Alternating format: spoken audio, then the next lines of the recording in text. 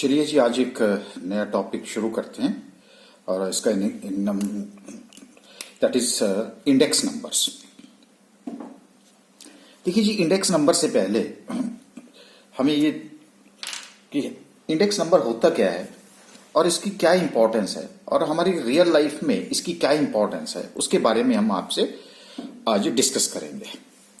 इससे पहले कि हम डिस्कशन करें, there are so many indices. देखिए, इंडेक्स का प्लूरल इंडेक्सेस भी होता है और इंडाइसेस भी होता है। ठीक है जी, तो आपकी इच्छा है इंडाइसेस पढ़िए, इंडेक्सेस पढ़िए, कुछ भी कर लीजिएगा। आपने कभी कंज्यूमर प्राइस इंडेक्स के बारे में सुना है? ओके, क्या कंज्यूमर प्राइस इंडेक्स की हेल्प से हम जो इन्फ्लेशन है उसको मेजर करते हैं कि महंगाई बढ़ गई है, कम हो गई है। तो वहां पे जो हम इंडेक्स का यूज करते हैं वो किसके थ्रू करते हैं? कंज्यूमर प्राइस इंडेक्स के थ्रू। कभी आपने सेंसेक्स का नाम सुना है? तो this is also the name of the index, that is Bombay stock exchange के जो इंडेक्स का नाम है, जिसको हम बोलते हैं सेंसिटिव इंडेक्स। दो वर्ड्स हैं, सेंसिटिव और इंडेक्स। उसके बाद उसी तरह से अगर आप नेशनल स्टॉक एक्सचेंज, क्योंकि इंडेक्स का नाम है Nifty, national index of 50 shares. Sensex में जो है हमारे पास 30 शेयर्स का इंडेक्स है और निफ्टी जो है वो 50 शेयर्स का इंडेक्स है। तो हम इंडेक्स के थ्रू ही, ये जो बॉम्बे स्टॉक एक्सचेंज है, इसके इंडेक्स के थ्रू कई बार हम बोलते हैं कि जी मार्केट रैली कर गई है, आज ये मार्केट डाउन है। तो व्हाट इज मार्केट? वहां ऐसा तो नहीं है कि आप जो है वो एक पर्टिकुलर प्लेस के ऊपर जाकर के वहां डिफरेंट शॉप्स हैं, ऐसा नहीं है। तो वहां पे हम मार्केट का मतलब, यहां पे इंडेक्स का मतलब होता है यहां पे। तो इसलिए निफ्टी नेशनल स्टॉक एक्सचेंज के इंडेक्स का नाम जो है वो उसको निफ्टी बोलते हैं। उसी तरह से मेरे पास स्टैंडर्ड एंड पुअर्स 500 इंडेक्स है। आपको पता होगा कि जो निफ्टी का जो इंडेक्स बना है उसका जो हिस्टोरिकल या जो टेक्निकल सपोर्ट है वो किससे ली है? वो अमेरिका से लिया, जिसमें एक स्टैंडर्ड एंड पुअर कंपनी है। तो स्टैंडर्ड एंड पुअर कंपनी का एक इंडेक्स है जिसमें 500 शेयर्स हैं, उसको हम स्टैंडर्ड एंड पुअर्स 500 इंडेक्स। थोड़ा इंटरनेशनल एक्सपोजर देने की कोशिश कर रहा हूं आपको। उसी तरह से हमारे पास सीआई है, जिसको हम बोलते हैं कॉस्ट ऑफ इन्फ्लेशन इंडेक्स। तो अब आप बताइए मुझे कि ये जो इंडेक्स हैं, ये इंडाइसिस जो भी हैं, ये आपकी सराउंडिंग्स में है, डेली आप इनके साथ जो है वो कहीं ना कहीं जो है आप इसके बारे में सुनते रहते हैं। लेकिन हो सकता है कि आपको ये नॉलेज ना हो कि ये कंज्यूमर प्राइस इंडेक्स बनता कैसे है, ये बॉम्बे स्टॉक एक्सचेंज में जो सेंसेक्स है ये कैसे काम करता है, निफ्टी जो है, ये बॉम्बे सेंसेक्स जो है आज 51,000 से ऊपर जो है वो ट्रेड कर रहा है।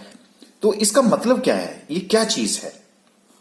और इसी के बेस के ऊपर जो है, इन डिफरेंट इंडाइसेस या इंडेक्सेस के बेस के ऊपर ही हमारे न्यूज़पेपर की हाइलाइट्स बनती हैं, या टेलीविजन के ऊपर जो है ब्रेकिंग न्यूज बनती है। So these are the highlights of newspaper and television news. अब जैसे मान लीजिए कि मैं एक बात कर रहा हूं, ए 6.5% rise in the consumer price index for all urban consumers during the year. अब मान लीजिए कि मैंने ये स्टेटमेंट दी है कि जी या न्यूज़पेपर में एक ब्रेकिंग न्यूज आ रही है कि 6.1% राइज हो गया consumer price index for all urban consumer during the year. कौन से कंज्यूमर? अर्बन एरिया के, हम रूरल एरिया की बात नहीं कर रहे हैं। इसका मतलब क्या हुआ? इसका मतलब हुआ it reflects the price rise in किसमें? अब इसका मतलब वो फ्यूल कंज्यूम करते हैं, पेट्रोल कंज्यूम करते हैं, गैस कंज्यूम करते हैं, तो एनर्जी में जो है उनका प्राइस राइज होगा, इसलिए उनकी जो कॉस्ट ऑफ लिविंग है वो बढ़ गई है। और उसी वजह से जो है वो 6.1% राइज जो है वो कंज्यूमर प्राइस इंडेक्स में हो गया है। उसी तरह से उनकी जो कमोडिटीज हैं, जो उनके जो टेस्ट के अकॉर्डिंगली जितने भी अर्बन एरिया में जो कमोडिटीज है, चाहे उनके प्राइसेस इंक्रीज हो गए, या जो सर्विसेज वो ले रहे हैं। अब मान लीजिए कि टेलीकम्युनिकेशन की सर्विसेज है, इलेक्ट्रिसिटी की सर्विसेज है, उसके बाद जो है सर्वेंट की सर्विसेज हैं, मेड की सर्विसेज हैं, मतलब there are so many services which they are also taking in the urban areas. It means their prices has also been raised. So when the prices has been raised, and due to this the consumer price index is also increased by 1.1%. अब 6.1% rise in the consumer price index, breaking news आ जाएगी। तो breaking news इसमें क्या बनी? Breaking the increase was the largest since 2001, कि जी 2001 के बाद ये पहली बार ऐसा हो रहा है कि जी कंज्यूमर प्राइस इंडेक्स जो वो 6.1% से राइज हुआ। तो जैसे मैंने कहा कि ये बना, तो इससे क्या हुआ, इसका इफेक्ट क्या हुआ, तो आपको ये समझने में ये आसानी होगी कि जी इनके जो जो जो टेस्ट हैं, ये अर्बन कंज्यूमर की जो रिक्वायरमेंट है, जो डिमांड है, प्रोडक्ट्स है, उसकी बास्केट में जो प्रोडक्ट्स हैं उन बास्केट के प्राइसेस जो हैं वो इंक्रीज हो गए हैं, और जिसकी वजह से मेरा कंज्यूमर प्राइस इंडेक्स इंक्रीज हुआ। लेकिन ये इंक्रीज हुआ, ये क्या मतलब हुआ इसका, तो ये सारी बातें किसके ऊपर चलती हैं, इंडेक्स नंबर के ऊपर चलती हैं। उसी तरह से मैंने कहा stocks rallied strongly on Monday after the reserve bank of India moved at lower interest rate. अब मान लीजिए कि इंटरेस्ट रेट जो 7% था, अगर आपने आरबीआई ने सभी बैंक्स को कहा कि you just reduce your interest rate to 5%, इसका मतलब क्या होगा, 5% से अगर इंटरेस्ट रेट बैंक्स जो है वो कम कर देंगे तो लोग लोन लेंगे तो परचेसिंग पावर बढ़ जाएगी, उसकी परचेसिंग पावर बढ़ेगी तो डिमांड बढ़ जाएगी, और डिमांड बढ़ेगी तो कंपनीज में प्रोडक्शन होगी तो नेचुरली इंप्लॉयमेंट मिलेगी, रॉ मटेरियल का कंजम्पशन होगा, रॉ मटेरियल के प्राइसेस मिलेंगे। रॉ मटेरियल कहां से मिलेगा, एग्रीकल्चर से मिलेगा, तो एग्रीकल्चर प्रोड्यूस की डिमांड बढ़ जाएगी। तो इस तरह से क्या है कि इसी वजह से उसका वेलकम किसने किया, स्टॉक मार्केट ने किया, and that's why the stock rallied. अब नेचुरली प्रोडक्शन बढ़ेगी तो प्रॉफिटेबिलिटी बढ़ेगी कंसर्न्स की, अगर प्रॉफिटेबिलिटी बढ़ रही है तो स्टॉक्स तो उसको डिस्काउंट करेगा ही करेगा। तो देखो ब्रेकिंग न्यूज बनी कि नहीं, कैसे इंटरलिंक्ड है। लेकिन स्टॉक रैलिड का मतलब क्या हुआ, अब जैसे मान लीजिए कि आपने बोला 40,000 से 50,000 से ऊपर चला गया स्टॉक, तो क्या है ये 40,000 50,000, व्हाट इज दिस। उस तरह से हमने कहा Sensex and Nifty hit new highs. अब जैसे मैंने कहा कि 51,250 से ऊपर जो है वो स्टॉक ट्रेड कर रहा है, जो आज तक अभी नहीं हुआ था। उस तरह से निफ्टी जो है वो ट्रेड कर रही है, तो इट मीन्स कि new highs, breaking news. So what does it mean, ये 51250 क्या है, 100 क्या था, 1000 क्या है, ये सारी बातें जो है, क्योंकि सेंसेक्स का बेस जो था वो 100 था, निफ्टी का बेस जो है 1000 था, तो ये इसका मतलब क्या हुआ और ये ब्रेकिंग न्यूज कैसे बनी। अब उसके बाद है government fights against inflation, inflation के अगेंस्ट लड़ रही है। कहां से पता चला, continuing to spin off course with the latest monthly figures. अब आपके पास मंथली फिगर्स आई होंगी और उन मंथली फिगर्स के बेस के ऊपर आपने देखा कि इन्फ्लेशन अब जो है वो कम होनी शुरू हो गई है, इन्फ्लेशन रेट कम हुआ। लेकिन वो कैसे मेजर किया हमने, तो इन सारी बातों को मेजर करने के लिए हमें किसकी जरूरत पड़ती है, हमें जरूरत पड़ती है इंडेक्स की। इसलिए अब आप बताओ कि ये सारी बातें जो है आपकी सराउंडिंग्स में, न्यूज़पेपर आप पढ़ते हैं, टेलीविजन आप पढ़ रहे हैं, और जब न्यूज़पेपर टेलीविजन की हेडलाइंस बनती हैं और आप बिजनेस चैनल देखते हैं, तो वहां पे आपको ये अंडरस्टैंड करने के लिए, और बीइंग ए कॉमर्स स्टूडेंट, अगर आपसे कोई नॉन कॉमर्स स्टूडेंट आपसे कुछ पूछता है तो आप उसको कैसे एक्सप्लेन करोगे कि जी मार्केट रैली हो गई, हाई हो गई, क्या हुआ, ये क्या मतलब है इसका। तो देखिए ये जो सारी बातें हैं ये आपको थोड़ी देर बाद समझ आएंगी, लेकिन इसकी जो इंपॉर्टेंस है, क्योंकि हर जगह पे आपने देखा कि क्या लगा, इंडेक्स इंडेक्स इंडेक्स इंडेक्स, और ये राइज और डिक्रीज जो है वो भी कौन मेजर कर रहा है, वो भी हम इंडेक्स नंबर के थ्रू ही मेजर कर रहे हैं। तो इसलिए हमें, मुझे लगता है कि इंडेक्स नंबर पढ़ना चाहिए, क्योंकि ये हमारी रियल लाइफ में भी काम आएगा। जरूरी नहीं है कि ये सिर्फ एग्जामिनेशन पास करने के लिए ही काम आएगा। तो now the question is rise that what is an index number. तो अगर मैं सिंपल सी बात करूं कि a percent that measure the changes in, ये मैंने इमेजिनरी फिगर्स ले ली, इमेजिनरी सिंबॉलिक फिगर्स हैं, यानी कि सिंबॉलिक वर्ड्स लिए हैं कि कुछ भी हो सकता है ये। A percent that measure the changes in, किसमें है चेंज, प्राइस में, क्वांटिटी में, वैल्यू में, जनरली इसका यूज होता है इसलिए बताओ, और some other items of interest, कोई भी आइटम आपके इंटरेस्ट की होगी, अगर आपने उसको from one time period to another time period में अगर आपको चेंज देखना है, और वो चेंज अगर इन परसेंटेज फॉर्म में देखना है, तो वो हम उसी को तो हम क्या बोलते हैं, इंडेक्स नंबर बोलते हैं। लेकिन इससे भी अभी आपको कुछ समझ नहीं आएगा, समझ आएगा लेकिन थोड़ी देर बाद समझ आएगा। तो देखिए अब अगर हम, क्योंकि आप कॉमर्स के स्टूडेंट हैं और कॉमर्स के स्टूडेंट्स के लिए जो है वो बिजनेस जो है ज्यादा इंपॉर्टेंट है, तो अगर हम बिजनेस लैंग्वेज में अगर इसको पढ़ना चाहें तो the main use of an index number in business is to show the percentage change from one time period to another. एक टाइम पीरियड से दूसरे टाइम पीरियड में अगर बिजनेस में कुछ चेंज होती है और वो चेंज जो है वो शो की जा रही है परसेंटेज में, तो वो किसके थ्रू की जा रही है? इंडेक्स नंबर के थ्रू की जा रही है। अभी हम आपसे प्रूव करेंगे। मान लीजिए the average hourly earnings in manufacturing in 2001 was ₹7.27। अब 2010 में अगर आपने कहीं पे मैन्युफैक्चरिंग यूनिट में काम करना है तो वहां पे जो एवरेज, मतलब इंडस्ट्री की बात कर रहा हूं मैं, एवरेज आर्ली अर्निंग्स जो है वो ₹7.27 थी। लेकिन मार्च 2021 में ये होगी ₹11.08। So what is the index of early earnings in manufacturing for March 2021 based on 2010?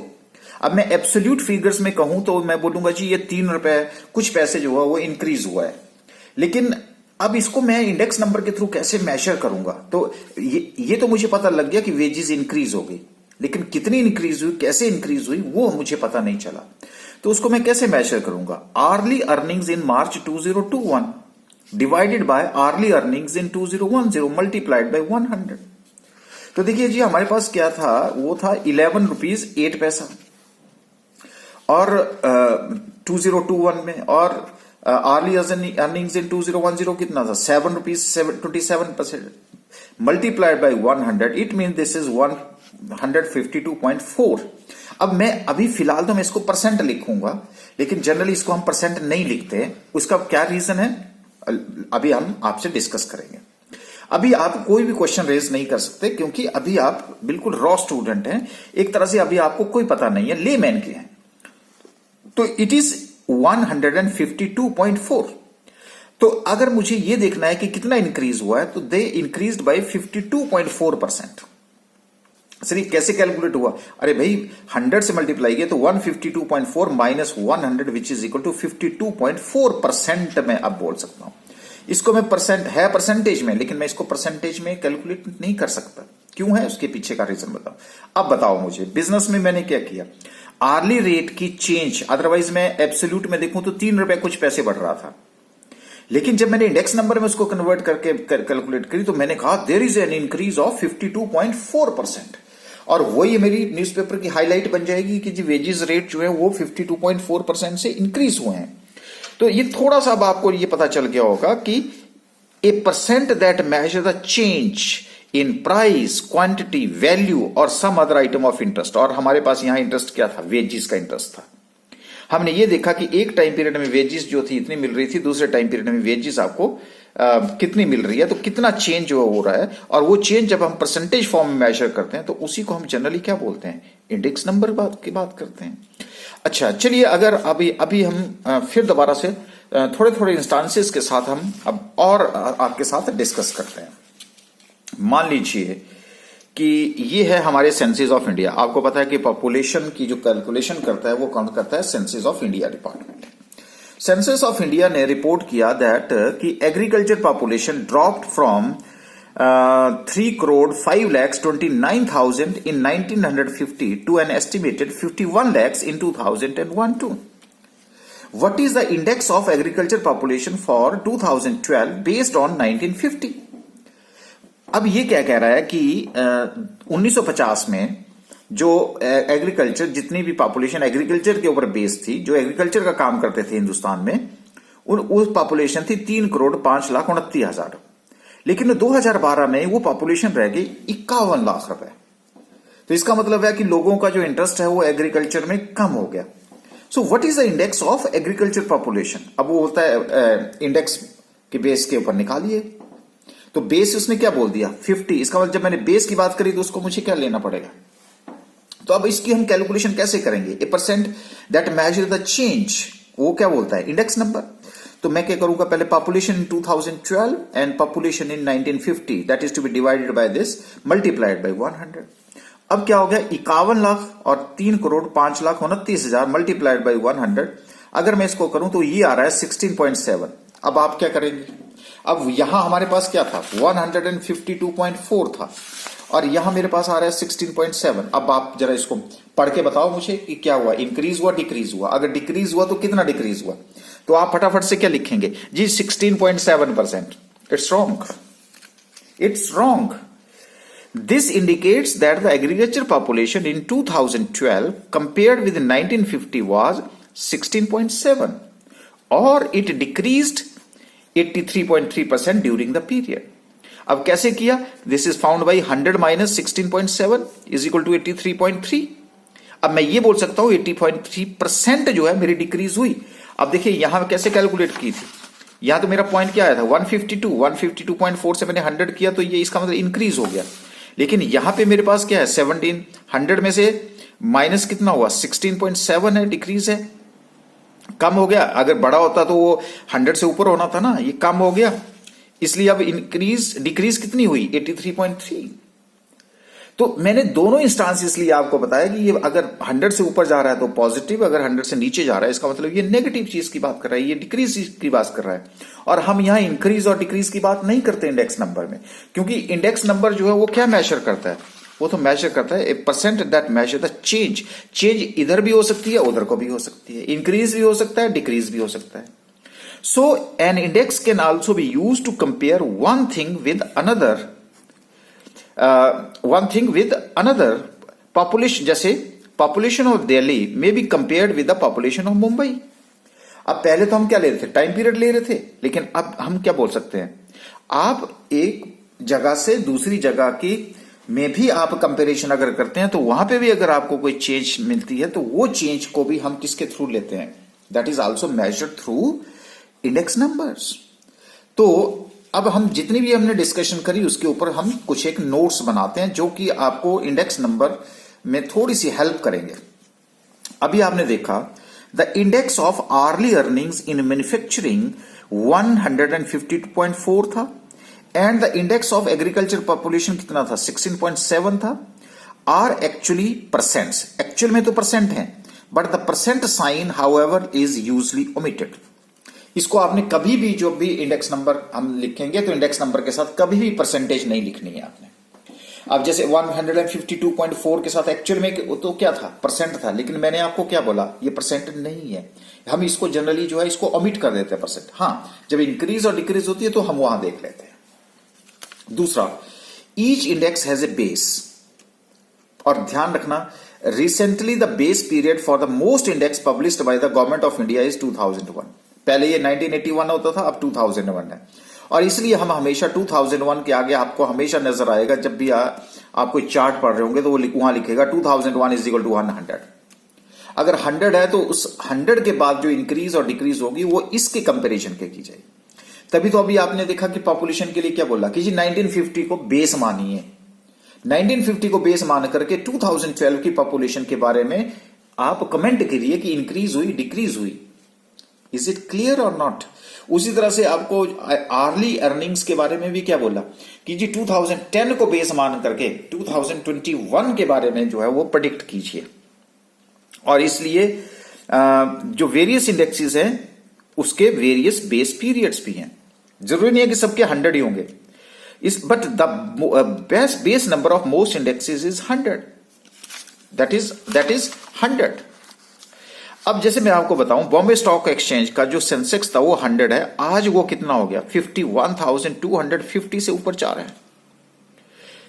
देखो कितना, और 80s में और जाकर के 2020 यानी कि 40 सालों में जाकर के 100 रुपए इतना बन गया। लेकिन जो नेशनल स्टॉक एक्सचेंज है वो 93-94 में उसका जो बेस है वो 100 नहीं है, वो 1000 है। इसलिए मैं आपको ये बोल सकता हूं कि देयर आर वेरियस इंडेक्सेस या indices has various base periods. जरूरी नहीं है कि सबके क्या होंगे 100, लेकिन मोस्टली मैंने आपको बताया कि मोस्ट इंडेक्सेस जो पब्लिश किए जाते हैं गवर्नमेंट के द्वारा, लेकिन वहां पे आपको लिख दिया जाएगा कि बेस जो है वो क्या लिया गया है। अगर आप नेशनल स्टॉक एक्सचेंज को गूगल करेंगे तो आपको वहां बेस कितने का मिलेगा, 1000 का मिलेगा। Is it clear? ओके। अच्छा, अब क्वेश्चन राइज होता है एक बात कि जी अब जैसे मैंने कहा आपसे कि जो एवरेज आर्ली अर्निंग्स जो थी वो 7 रुपए 27 पैसे थी और वो जाकर बढ़कर के 11 रुपए 8 पैसे हो गई, तो हम इसको 3 रुपए कुछ पैसे जो है मेजर क्यों नहीं कर लेते, हम इसको इंडेक्स नंबर में क्यों कन्वर्ट कर देते हैं। उसी तरह से मेरे पास ये जो पॉपुलेशन थी हम वैसे इसको मेजर कर लेते हैं, हम इसको इंडेक्स नंबर में क्यों कन्वर्ट करते हैं। So that's why the next question which is raised वो है कि why convert data to indexes. हम इंडेक्स में क्यों कन्वर्ट करते हैं डाटा को। ओके, तो देखिए indexes allow us to express a change in price, quantity और वैल्यू एज ए परसेंट। अभी आपने देखा, अभी आपने नोटिस किया, अब क्या होता है, 83.3% आ रहा था, 52.4% आ रहा था। तो हमने इसको परसेंट में क्यों कन्वर्ट कर दिया? क्योंकि indexes allow us to express जो भी चेंज इन प्राइस है, क्वांटिटी है, वैल्यू है, हमारे पास वेजेस है, हमारे पास पॉपुलेशन है, अब वो किस में आ गई? परसेंटेज फॉर्म में आ गई। ठीक है, लेकिन अगर मैं आपको ये बात बोलूं कि ये जो परसेंट है बस ये रिसेंट इनोवेशन है, नहीं। हम इसको, ये कब से आ रही है? एक इटालियन साइंटिस्ट थे मिस्टर जीएस कार्ली, उन्होंने फर्स्ट टाइम जब इंडेक्स नंबर का यूज किया था तो वो किया था उन्होंने 1764 में। तो कोई नया कंसेप्ट नहीं है। और उन्होंने जो स्टडी की थी वो की थी कि यूरोप में प्रोडक्ट्स की जितने भी प्राइस की फ्लक्चुएशंस थी वो भी कहां से, 250 साल, 1500 से लेकर के 1750 तक। ठीक है, और आपको बता दूं कि पहला जो कंज्यूमर प्राइस इंडेक्स बना था वो था 1913 में, पहला इंडेक्स। तो आप बताइए कि ये कोई नई इनोवेशन है? नई इनोवेशन नहीं है। ये थोड़ी सी मैंने आपको हिस्ट्री बता दी, क्योंकि किसी भी टॉपिक को पढ़ने के लिए उसकी हिस्ट्री जानना बहुत जरूरी है कि ये कोई नया कंसेप्ट होता है या पुराना कंसेप्ट जो है। तो देखिए अब क्या क्वेश्चन था जी हमारा कि why we convert the data to indexes. Okay, तो देखिए जी अब हम इसका जो हिस्ट्री है हमें पता चल गई कि ये तो बहुत पुरानी बातें हैं, नई बात इसमें नहीं है। तो why convert data to indices. देखिए इंडेक्स जो है वो एक कन्वीनियंट वे है to express the change in heterogeneous group of items. सबसे इंपॉर्टेंट पार्ट है हेट्रोजेनियस ग्रुप ऑफ आइटम। अब जैसे हेट्रोजेनियस में क्या होता है, होमोजेनियस होती हैं सेम प्रोडक्ट्स, हेट्रोजेनियस होती हैं डिफरेंट प्रोडक्ट्स। अब डिफरेंट प्रोडक्ट्स में अब देखिए, जैसे मान लीजिए कि जब हम कंज्यूमर प्राइस इंडेक्स बनाते हैं तो कंज्यूमर प्राइस इंडेक्स में कम से कम भी मैक्सिमम टाइम में जब हम एक बास्केट लेते हैं तो उस बास्केट में कई बार हम 400 मैक्सिमम 400 आइटम्स ले लेते हैं और उनके प्राइसेस की जो है वो चेंज देखते हैं। अब मैं अगर एब्सोल्यूट फिगर्स में लूं तो उसमें क्या दिक्कत आएगी सर? जब हम दिक्कत ये आएगी कि कुछ एक प्राइसेस हैं। अब मान लीजिए कि आप चीनी बास्केट में आपने डाल दिया कि चीनी के प्राइसेस बढ़ते हैं कम होते हैं, तो चीनी आपको किस में मिलेगी सर? पर केजी में मिलेगी। अब अगर मैंने बोला कि देखो जी दूध को भी, इसको दूध भी हमारी बास्केट में है, तो दूध कैसे मिलेगा? केजी में नहीं मिलेगा, लीटर में मिलेगा। अब मैंने कहा जी घी डाल लो, तो घी किस में मिलेगा? केजी में मिलेगा। लेकिन अगर बोला जाए एडिबल ऑयल तो किस में मिलेगा? लीटर में मिलेगा। मैंने बोला जी मैच बॉक्स डाल लो, तो उसमें क्या होगा? बॉक्स का रेट होगा कि नहीं होगा? पर बॉक्स होगा कि नहीं होगा? क्लियर है जी बात? अच्छा, उसके बाद हमारे पास कुछ है कि जी अब उसमें कपड़ा डाल लो। अब अगर क्लोथ डाल दो तो वो किस में होगा? मीटर्स में होगा। कुछ एक ऐसे प्रोडक्ट्स जो वो फीट में होंगे, कुछ एक प्रोडक्शन जो है यार्ड्स में होंगे। यानी कि मेरा बोलने का मतलब है कि डिफरेंट आइटम्स के आपके पास डिफरेंट यूनिट्स हैं। जब डिफरेंट प्रोडक्ट्स हैं, डिफरेंट यूनिट्स है, तो बताइए होमोजेनियस कहां हुआ? ये हेट्रोजेनियस हुआ। बहुत सारी प्रोडक्ट्स हैं एक बास्केट में। ठीक है जी। अब जैसे मान लीजिए कि अब कई जगह पे वो डजन्स में बिकता है, तो पर डजन का रेट आ जाएगा, कई जगह पर केजी का रेट आ रहा है। तो इस तरह से अब कई जगह पे तोला में रेट आ रहा है। ठीक है, तो इस तरह से क्या है कि बहुत डिफरेंट यूनिट्स हैं। अब उन डिफरेंट यूनिट्स की अगर हमने इंक्रीज और डिक्रीज या चेंज देखनी है तो उसको तो देखना जो बहुत मुश्किल हो जाएगा। इसलिए हम क्या करते हैं कि only the conversion the prices many diverse goods and services to one index number every month keep informed of the overall movement of the consumer prices. अब आप क्या करते हैं, मेरे पास अगर 100 प्रोडक्ट्स हैं तो मैं 100 प्रोडक्ट्स की चेंजेस देखता हूं, फिर एक टाइम पीरियड में, फिर दूसरे टाइम पीरियड में उस 100 प्रोडक्ट्स की चेंजेस देखता हूं। लेकिन जैसे मैंने कहा केजी में है, लीटर में है, कुछ भी है, अब मैं उसको किस में कन्वर्ट कर दिया? मैंने परसेंटेज में कन्वर्ट कर दिया। जब मैंने परसेंटेज में कन्वर्ट कर दिया और उनका टोटल करके फिर मैंने एक फिगर निकाल दी, तो वो मुझे क्या बता रहा है? मुझे एक तरह से अगर ये 100 आइटम्स हैं तो 100 आइटम्स की मूवमेंट जो है, ओवरऑल मूवमेंट जो है वो सिंगल फिगर से आपको मुझे मिल रही है। और उसके लिए जो है वो यह क्या है? यूनिफॉर्मिटी है। और यूनिफॉर्मिटी की हेल्प से ही मुझे ये बताया जा सकता है कि कंज्यूमर प्राइस इंडेक्स जो है वो 6% से बढ़ा है। अब 6% का मतलब ये थोड़ी है कि प्याज 6% बढ़ गया। आपको ये थोड़ी लग गया कि 6% से जो है मेरे पल्सेस के रेट बढ़ गया, 6% से मेरा दूध का प्राइस बढ़ गया। इसका मतलब ओवरऑल जो जितने भी प्रोडक्ट्स मेरी बास्केट में हैं उनके जो प्राइसेस हैं वो चेंज हुए हैं। और वो चेंज जो है वो कैसे मेजर किए? जब मैंने उसको किस में कन्वर्ट किया? इंडेक्स नंबर में कन्वर्ट किया।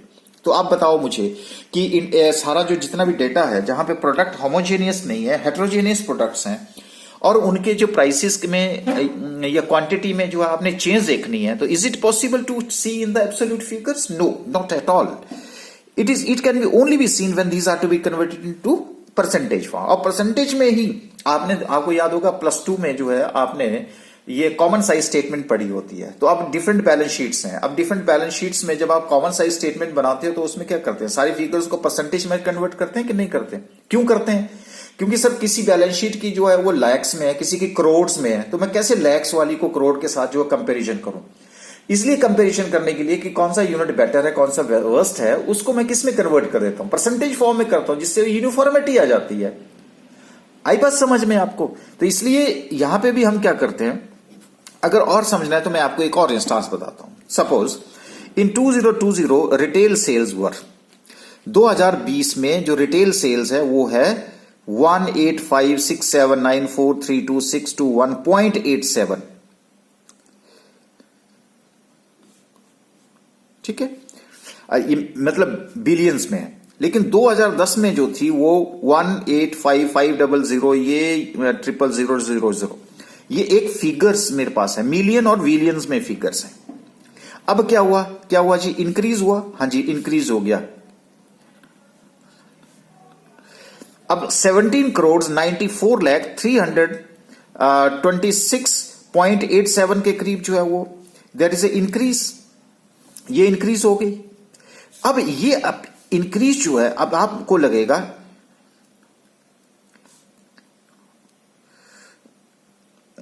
हाँ 179 करोड़. अच्छा, इट अपियर सिग्निफिकेंट. आपको लग रहा है कि बहुत ज्यादा इंक्रीज हो गई है.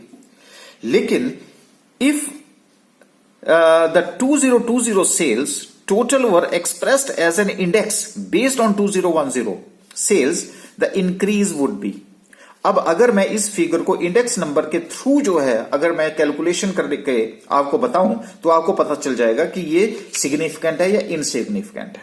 आप देखिए, तो मैं कैसे कैलकुलेट करता है अभी तक.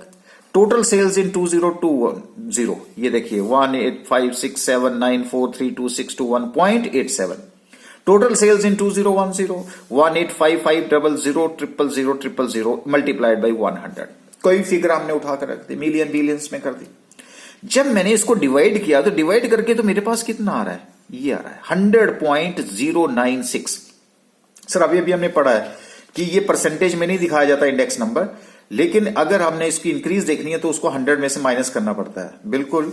तो ये देखिए, अब मैंने इसको क्या किया, 100.096 में से 100 तो कितना इंक्रीज हुआ सर? 0.096, मतलब लेस देन 1/10 ऑफ 1% है. Less than 1/10. अगर मैं 1/10 ऑफ 1% का 1/10 लूं तो तब आता है 0.09%.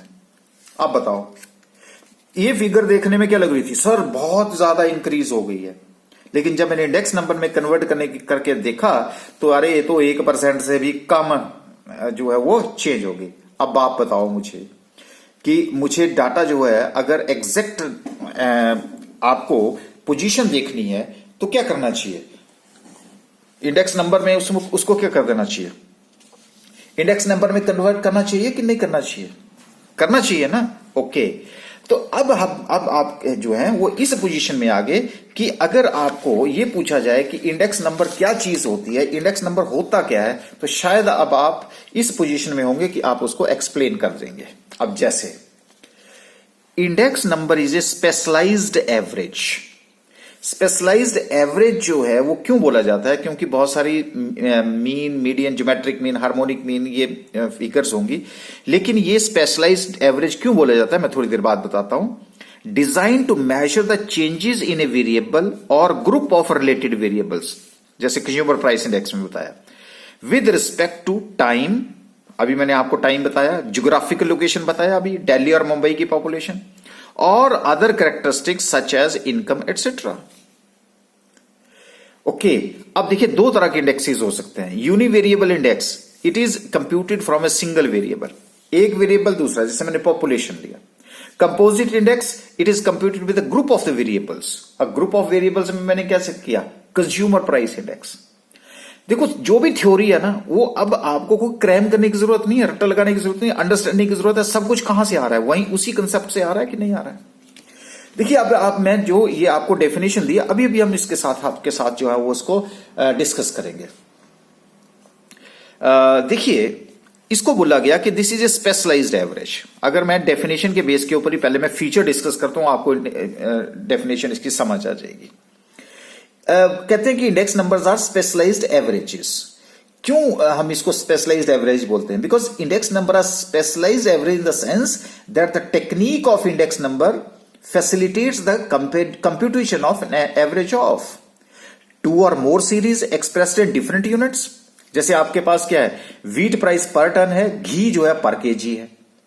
To or more series composed of different types of item, जैसे राइस पर टन है, क्लोथ प्राइस पर मीटर है। तो इस तरह से क्या है कि ये स्पेशलाइज्ड एवरेज इसलिए है क्योंकि इसके द्वारा जो टेक्निक इंडेक्स नंबर की जो लगाई जाती है, उससे हम जो एक तरह से एक फिगर सामने आती है, यानी कि एक सेंट्रल वैल्यू जो हमारे सामने आती है, ठीक है जी, जो सामने हमारे पास आ जाती है, उसी के बेस के ऊपर हम क्या कर रहे हैं, कंपैरिजन कर रहे थे। अभी किया पॉपुलेशन का कंपैरिजन, किया हमने अपने मैन्युफैक्चरिंग यूनिट में जो है वेजेस का कंपैरिजन किया कि नहीं किया। तो इसलिए यहां पे क्या है, डिफरेंट यूनिट्स हैं और डिफरेंट टाइप्स ऑफ आइटम्स हैं। तो दो बातें आपके सामने आई, different units, wheat price ton में है, घी केजी में है। अब डिफरेंट आइटम्स मेरे पास हैं, राइस पर टन है, क्लोथ, आप देखिए राइस और क्लोथ डिफरेंट आइटम्स हैं। तो इसलिए ये हमारा कंपैरिजन, इसलिए हम इसको स्पेशलाइज्ड एवरेज बोलते हैं। It measure the net change of the group of related variables. अब ग्रुप ऑफ रिलेटेड वेरिएबल्स का मतलब यहां पे क्या है, द ग्रुप ऑफ वेरिएबल्स में be prices of specified commodities. अब जैसे हमारे पास है production oblique sales, imports oblique exports in a specified economy. अब जैसे कंज्यूमर प्राइस इंडेक्स इज 160, मान लो कि जुलाई 2005 में 160 है, इन कंपैरिजन टू 2003। तो इसका मतलब क्या हुआ कि there is a net increase of the 60% in the prices of the commodity included in the index. यही हुआ ना नेट चेंज। तो अभी हमने आपके सामने जो है नेट चेंज की बात करी। It measure the effect of changes over a period of time. तो अभी हमने क्या किया, इंडेक्स नंबर का किसके लिए हम जनरली यूज करते हैं, जैसे changes in wholesale price, agriculture, industrial production, sales है, इंपोर्ट है, एक्सपोर्ट है, वेजेस है। लेकिन इसकी कैलकुलेशन हम कब करते हैं, जब हमारे पास टू डिफरेंट टाइम्स आपके पास दिए हैं। It doesn't measure only the changes over a period of time but also compare the economic condition of the different industries, different economies. तभी तो हम क्या करते हैं, अमेरिका की इकोनॉमी को इंडिया की इकोनॉमी के साथ कंपेयर करने की कोशिश करते हैं। डिफरेंट ज्योग्राफिक लोकेशंस, इंडस्ट्रीज कीजिए, IT industry is doing better than the fast moving consumer goods, जिसको हम एफएमसीजी बोलते हैं। तो इसलिए हमारे पास क्या है कि एक ये जो जनरली इंडेक्स नंबर जो है, ये हमें एक गाइड पोस्ट का काम करते हैं।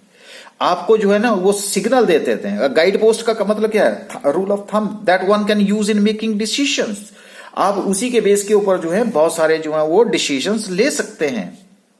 तभी वो गाइडिंग पोस्ट है, बेंचमार्क है, और बेंचमार्क के ऊपर ही हम जो है वो बहुत सारे डिसीजंस ले लेते हैं। अब देखिए मैं आपको थोड़ा सा इंडेक्स नंबर का यूज बताता हूं। अगर आपके पास कंज्यूमर प्राइस इंडेक्स है, जिसको हम कॉस्ट ऑफ लिविंग इंडेक्स भी बोलते हैं, तो वो हमारे किस काम आता है, वो आता है जब इंप्लॉइज की को डियरनेस अलाउंस देना होता है। तो इसका मतलब है डियरनेस अलाउंस की पॉलिसी। अब गवर्नमेंट बोल देती है कि जी 3% डीए, यानी कि महंगाई की किस्त दे दी, ऐसा बोलते हैं 3%, कभी वो 2%, कभी 1% दी जाती है। तो ये क्यों ऐसा किया जाता है, 3%, 2%, 1%? क्योंकि वो हमें कौन बताता है, हमें कंज्यूमर प्राइस इंडेक्स बताता है कि इन्फ्लेशन कितना बड़ा है।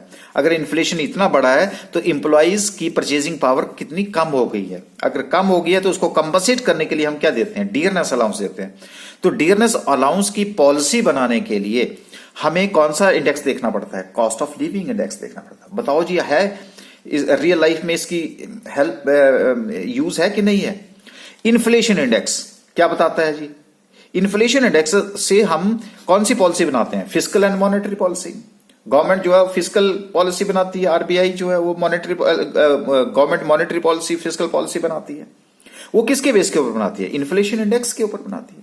अब हमारे पास एग्रीकल्चर प्रोडक्शन इंडेक्स है, उसके बेस के ऊपर हम क्या बनाते हैं, एग्रीकल्चर पॉलिसी बनाते हैं।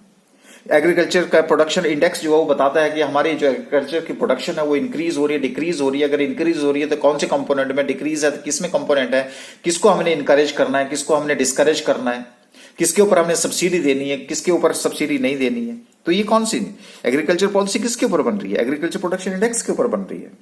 अब इंडस्ट्रियल प्रोडक्शन इंडेक्स अगर हमारे पास आता है, आपको पता है कि आईआईपी के डाटाज आते हैं कि इंडस्ट्रीज में कितनी प्रोडक्शन हुई है, तो वो किसके ऊपर बनाती है, हम इंडस्ट्रियल पॉलिसी। अब इंडस्ट्री में कौन सी जो इंडस्ट्री है उसको हम और आगे बढ़ाना चाहते हैं, तो कौन सी पीछे जा रही है उसको आगे बढ़ाना चाहते, तो हम उसमें कहां ले, उसके लिए बेस के ऊपर हम क्या बनाते हैं, इंडस्ट्रियल पॉलिसी बनाते हैं। लेकिन इंडस्ट्रियल पॉलिसी जो है वो वैसे नहीं मिल जाती, फैक्ट्स एंड फिगर्स। उसके लिए हमारे पास क्या, आईआईपी डाटा आता है, प्रोडक्शन डाटा आता है हमारे पास, और वो इंडेक्स। अब इंपोर्ट एंड एक्सपोर्ट इंडाइसिस है हमारे पास कि इंपोर्ट बढ़ रहे हैं, एक्सपोर्ट हो रहे हैं, ये इंडेक्सिस। तो इससे हम क्या बनाते हैं, EXIM policy, export and import policy. किस चीज को हमने एक्सपोर्ट करना है, किस चीज को हमने इंपोर्ट करना है, कौन सा डिस्करेज करना है, कौन सा इनकरेज करना है। उसी तरह से लिटरेसी इंडेक्स है हमारे पास। अब लिटरेसी इंडेक्स के बेस के ऊपर हम क्या बनाते हैं, एजुकेशन पॉलिसी बनाते हैं। क्या किस स्टेट की लिटरेसी जो है वो ज्यादा है, कम है, क्वालिटी है, क्वांटिटी है, क्या है। तो अब हमारे पास क्या है, जो न्यू एजुकेशन पॉलिसी बनी उसके बेस के ऊपर भी हम क्या, जितने भी हमारे पिछले इंडाइसिस हैं, क्या क्या फॉल्ट है, क्या किसको ऐसे हम ओवरकम करना है। उसी तरह से हमारे पास हेल्थ इंडेक्स है। अब हेल्थ इंडेक्स के बेस के ऊपर क्या बनाते हैं, हम हेल्थ पॉलिसी बनाते हैं।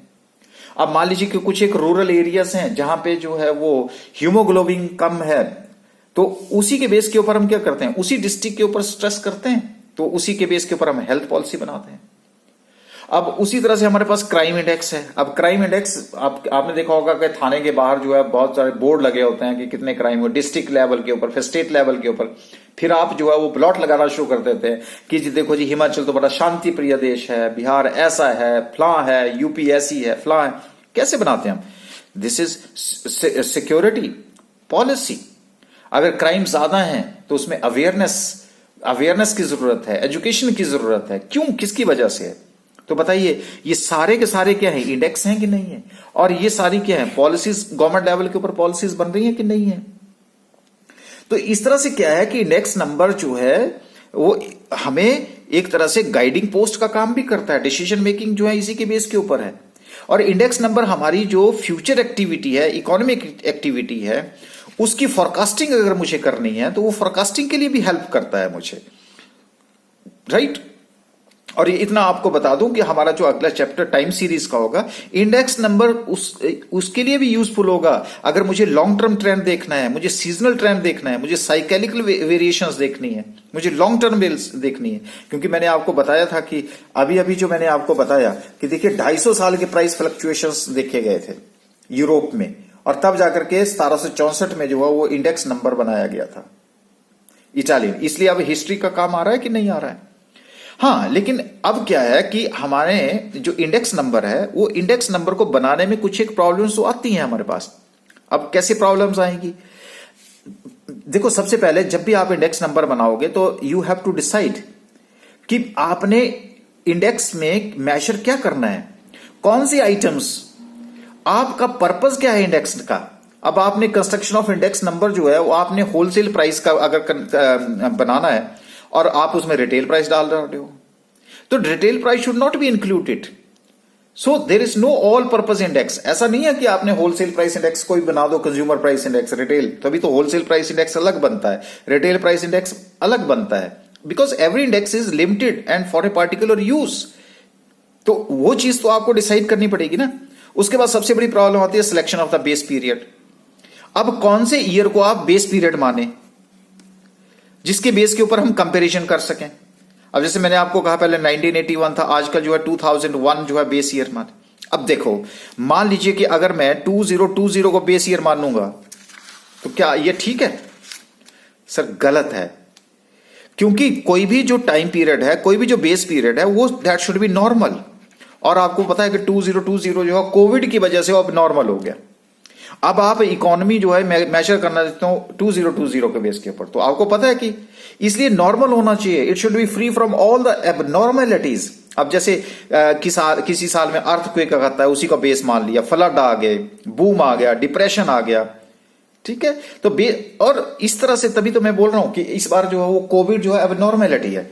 अब इस ईयर को हम बेस ईयर मान करके कंपैरिजन शुरू कर देंगे तो वो गलत होगा, राइट। और जो बेस पीरियड है वो उसको ज्यादा डिस्टेंट नहीं होना चाहिए। अब 2020 और 1981 का बेस मान लो, तभी तो उसको रिवाइज कर दिया गया, ज्यादा दूर नहीं होना चाहिए वो, ठीक है। इसके बाद हमारे पास एक कोई बेस जो है वो फिक्स्ड बेस नहीं होना चाहिए, ठीक है। कई बार हम फिक्स्ड बेस लेकर के चलते हैं, ये थोड़ी सी बातें आपके आगे आएंगी। अब उसके बाद कई बार हमें दिक्कत आती है selection of the number of the items. अब आपने नंबर ऑफ द आइटम्स में, अब मान लीजिए आपने कि कंज्यूमर प्राइस इंडेक्स ही बनाना है, तो कौन सी कमोडिटीज को लिया जाए जिसमें लोगों के टेस्ट की बात है, हैबिट की बात है, कस्टम एंड ट्रेडिशन की बात है। तो अब नॉर्थ का इंडेक्स, अगर मैं साउथ के इंडेक्स हैं तो उनकी हैबिट्स जो है वो चेंज डिफरेंट होंगी। देखिए हम जो है वो इन्फ्लेशन जो है पूरे इंडिया के लिए लगा रहे हैं। उसी तरह से मेरे पास जो प्राइस कोटेशंस हैं वो भी तो कई बार जो है वो डिफरेंट होती हैं। अब जैसे मान लीजिए कि मनी प्राइस है। अब अगर मान लो मैंने ऑयल ले लिया, तो ऑयल जो है वो ₹100 पर केजी, ठीक है। लेकिन अगर मैं क्वांटिटी प्राइस लूं तो मैं ये बोलूंगा 1/100 kg, लो जी। तो इसलिए मेरा बोलने का मतलब ये है कि एक्टिव प्लेसेस है, प्राइस कोटेशंस हैं, which are to be obtained है, अनबाइस्ड पर्संस, इंस्टीट्यूशंस, क्योंकि वही लोग जो है वो आपको प्राइस कोटेशंस जो है वो सप्लाई करते हैं। तो इस तरह से आपने वो जो कोटेशंस हैं वो भी आपको देखना होता है कि कौन सा होलसेल प्राइस लगाना है, कौन सा रिटेल प्राइस है। उसी तरह से मैं आपको एक और जो सबसे इंपॉर्टेंट जिसकी तरफ हम जा रहे हैं वो है हमारे पास कि selection of the appropriate weights. और आपको पता है कि हमने वेटेड एवरेज की बात करी, तो वेट का मतलब क्या होता है? Relative importance, relative importance. अब जब आप कंज्यूमर प्राइस इंडेक्स बना रहे हो तो उसमें आपका वेट जो है रोटी के लिए ज्यादा है, कपड़े के लिए है, किसके लिए है? कंज्यूमर प्राइस के लिए, कंज्यूमर कमोडिटीज के लिए है। क्योंकि सारी आइटम्स को तो हम इंक्लूड नहीं कर सकते। अब जैसे मान लीजिए कि आपका सेंसेक्स है, 30 शेयर्स का इंडेक्स है, तो कंपनीज तो जो है वो आपके पास मान लीजिए कि 10,000 के करीब कंपनीज है। अब 10,000 में से 30 को आपने चूज करना है, दिक्कत है ना। तो कौन सी कंपनी को कितना वेट देना है? नहीं है ना। उसके बाद हमारे पास यहां पे बहुत सारी एवरेजेस हैं, ठीक है, जो हम पढ़ेंगे। बहुत सारे एवरेजेस हैं, क्योंकि मैंने आपको बोला ना स्पेशलाइज। अब उन एवरेजेस में कौन सी एवरेज में लगाऊं यहां पे? तो इस तरह से मेरे पास क्या है कि selection of N appropriate formula, वो भी हमें दिक्कत करता है। तो इस तरह से बहुत सारी हमें दिक्कत आती है। लेकिन ऐसा नहीं है कि अगर हमारे पास प्रॉब्लम्स हैं for the construction of the index number तो हम इंडेक्स नंबर पढ़ेंगे नहीं। अरे we will overcome these problems, हम इनको अपने पॉइंट माइंड में रखेंगे। अब इसके लिए इसका मतलब क्या हुआ?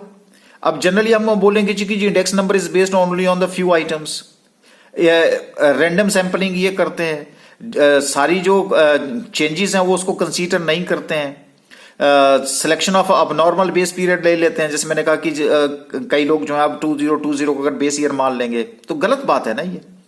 तो इसका मतलब ये हुआ कि हमें ये जितने भी हमें देखो लूप होल्स पता होना चाहिए, तभी हम ओवरकम कर सकते हैं उनको।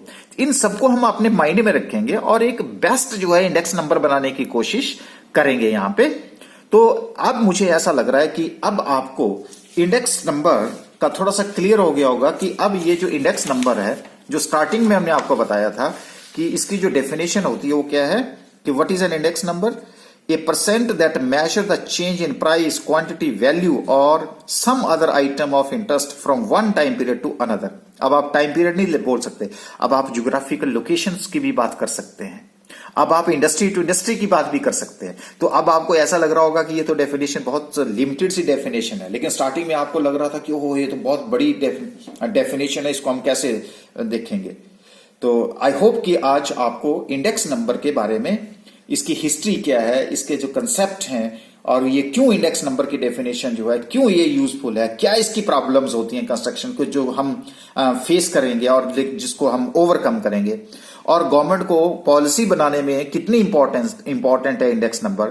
तो इसलिए इंडेक्स नंबर सिर्फ एग्जामिनेशन पॉइंट ऑफ व्यू से इंपॉर्टेंट नहीं है, इंडेक्स नंबर जो है वो policy formulation point of view से भी इंपॉर्टेंट है।